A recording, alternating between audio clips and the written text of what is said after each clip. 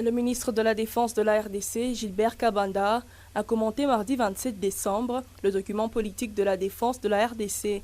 Il pense qu'une armée de 150 000 militaires pour une population de 100 millions d'habitants n'est pas suffisante.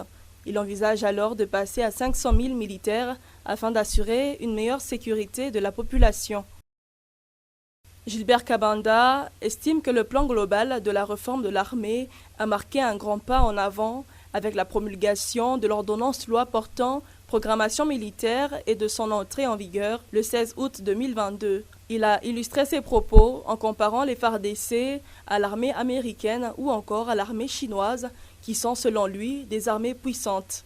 La loi de programmation de l'armée a pour rôle de fixer les échéances de crédit de paiement relatifs aux dépenses d'équipement et de développement des forces armées. Elle définit dans le cadre des lois budgétaires la tranche du budget réservée au développement et à l'équipement des forces armées. Pour le gouvernement congolais, l'entrée en vigueur d'une loi de programmation marquera un tournant dans la prise en charge des besoins de l'armée congolaise afin de lui permettre de répondre adéquatement aux enjeux du moment et ainsi d'atteindre les objectifs fixés par le plan de la réforme de l'armée amorcé depuis 2009. La promulgation de l'ordonnance-loi portant programmation militaire est une étape essentielle dans le cadre de la prise du plan de réforme de l'armée de 2009 à 2025. Cette loi financière pluriannuelle semble refléter une réelle volonté politique pour la modernisation et la montée en puissance des FARDC.